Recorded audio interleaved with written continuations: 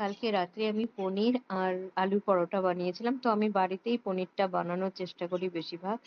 তো আমার ছেলে পনির খেতে ভীষণ ভালোবাসে। ও বলছিল, "মা ক্রিম পনির বানাও, অনেকদিন হয়ে গেল বানাওনি।" এই রেসিপিটা না আমি ১ম এ ব্যাঙ্গালোরেই বানিয়েছিলাম।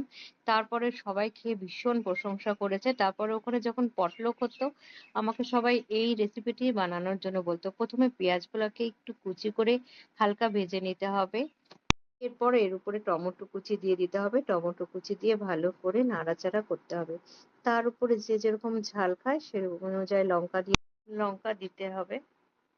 লবণ দিয়ে তার ভালো করে নাড়াচাড়া করার পর ধনিয়া পাতা দিয়ে দিতে হবে। তারপর একটু লঙ্কার গুঁড়োও দিয়ে দিতে হবে। তারপর আমি এদিকে একটা তাওয়াতে কিছুটা কসুরি মেথি নিয়ে একটু রোস্ট করে নিয়েছি। রোস্ট করলে খুব সুন্দর একটা অ্যারোমা বের হয়।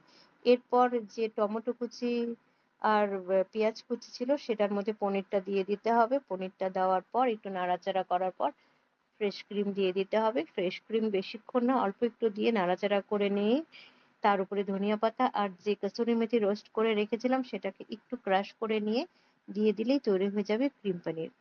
তো ক্রিম পনিরটা খেতে সত্যিই খুব ভালো হয়। তোমরা ট্রাই করে দেখতে পারো।